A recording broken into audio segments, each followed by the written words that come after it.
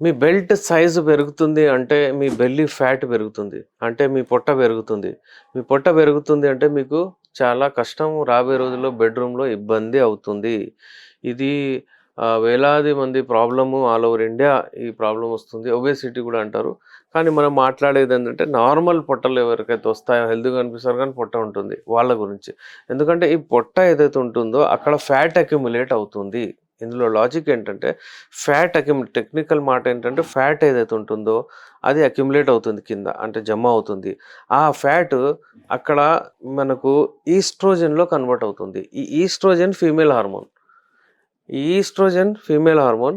Testosterone ఏదైతే ఉంటుందో అది మేల్ హార్మోన్. మగవాళ్ళది. మగానికి మగాడు చేస్తది. అయితే ఈ ఈస్ట్రోజన్ ఎక్కువ అవ్వడం వలన ఏమవుతుందంటే మగతనం తగ్గిపోతుంది. మనకు టెస్టోస్టెరాన్ డామినేట్ చేయాలి. అందుకే ఎప్పుడైనా సరే టెస్టోస్టెరాన్ ఎక్కువ ఉండాలంటే పొట్ట ఉండకూడదు, ఫ్యాట్ ఉండకూడదు. అయితే యాక్టివిటీ పెట్టండి, వర్క్ చేయండి, ఎక్సర్సైజ్ చేయండి, కీగల్ ఎక్సర్సైజ్ చేయండి. ఏదో ఒకటి ఒక గంట మీకు మీ హెల్త్‌కి ఇస్తే ఈ పొట్ట పోతది, ఆ ఫ్యాట్ పోతది, ఆ టెస్టోస్టెరాన్ నార్మల్ ఉంటాయి. మీకు ఇబ్బంది ఉండదు. టెస్టోస్టెరాన్ లెవెల్స్ తగ్గింది అంటే మీకు మగదనం పోయినట్టే. ఇంబాలెన్స్ ఉంటది అందులో. కానీ ఇంబాలెన్స్. ఒకవేళ టెస్టోస్టెరాన్ లెవెల్స్ ఆడవాళ్ళలో ఎక్కువైపోయినాయంటే మగతనం వాళ్ళ దాంట్లో వస్తాయి. మీసాలు రావడం, అది రావడం అది ఉంటుంది. అలాగే అబ్బాయిలో ఈస్ట్రోజన్ ఎక్కువైపోతే మళ్ళీ బ్రెస్ట్ రావడం అది ఇలా అంటే అబ్బాయిలకు వస్తాయి ప్రాబ్లమ్స్. మాట సన్నగా అయిపోవడం అట్లది.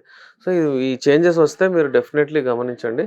అందుకే మీ పొట్టని తగ్గించండి, వాక్ చేయండి, ఎక్సర్సైజ్ చేయండి, మంచి ఫుడ్ తీసుకోండి, హెల్తీగా ఉండండి.